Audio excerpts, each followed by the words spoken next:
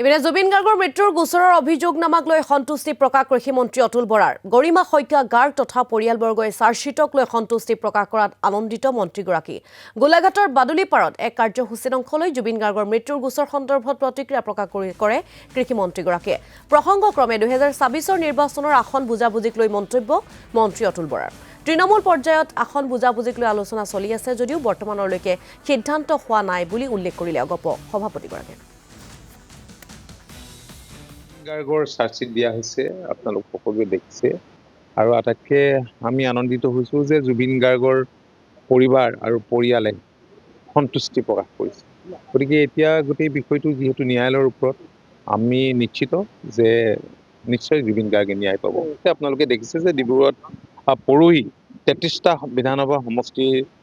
দলীয় কৰ্মীসকলক লৈ আমি এখন সভা অনুষ্ঠিত কৰিলোঁ